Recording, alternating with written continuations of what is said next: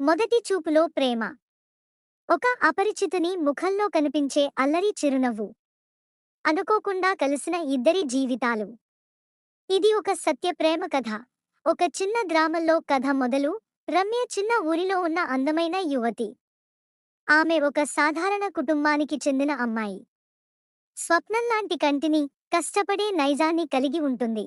ఆమె జీవితం సాదాసీదాగా కొనసాగుతుండగా, ఒకరోజు ఆమెకు తన ఊర్లోని అందరికీ కొత్తగా పరిచయం అయిన రోహిత్ అనే యువకుడు కలుస్తాడు. రోహిత్ ఊర్లో కొత్తగా వచ్చిన ఆర్కిటెక్ట్. అతని మాటల్లో ఉండే ఆత్మవిశ్వాసం, స్వతంత్రత రమ్యను ఆకర్షిస్తాయి. మొదటి పరిచయం. ఒక గ్రామోత్సవం సందర్భంగా రమ్య, రోహిత్ తొలిసారిగా కలుసుకుంటారు. రమ్యకు తన కళను ప్రదర్శించడానికి ఒక అవకాశం వస్తుంది. కానీ ఆ ప్రదర్శనకు సౌకర్యం సరిగ్గా లేదు. అప్పుడే రోహిత్ ఆమెకు అండగా నిలబడి తన సృజనాత్మకతతో ఏర్పాట్లు చేస్తాడు.